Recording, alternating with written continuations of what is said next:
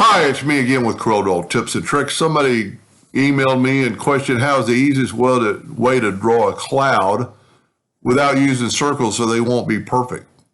Well, by chance, inside of almost all Corels, either under common shapes or basic shapes, under callouts, you've got a cloud shape. You can either hold down the control button or not.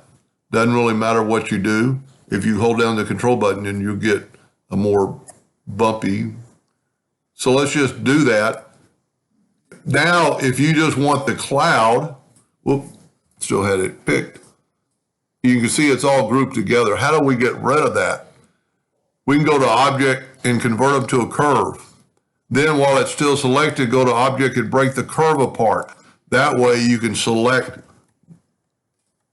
these, and there's your, and if you wanted to cut it out, it's a hairline.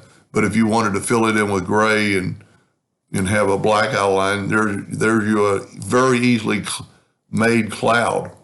And you could still change the shape a little bit.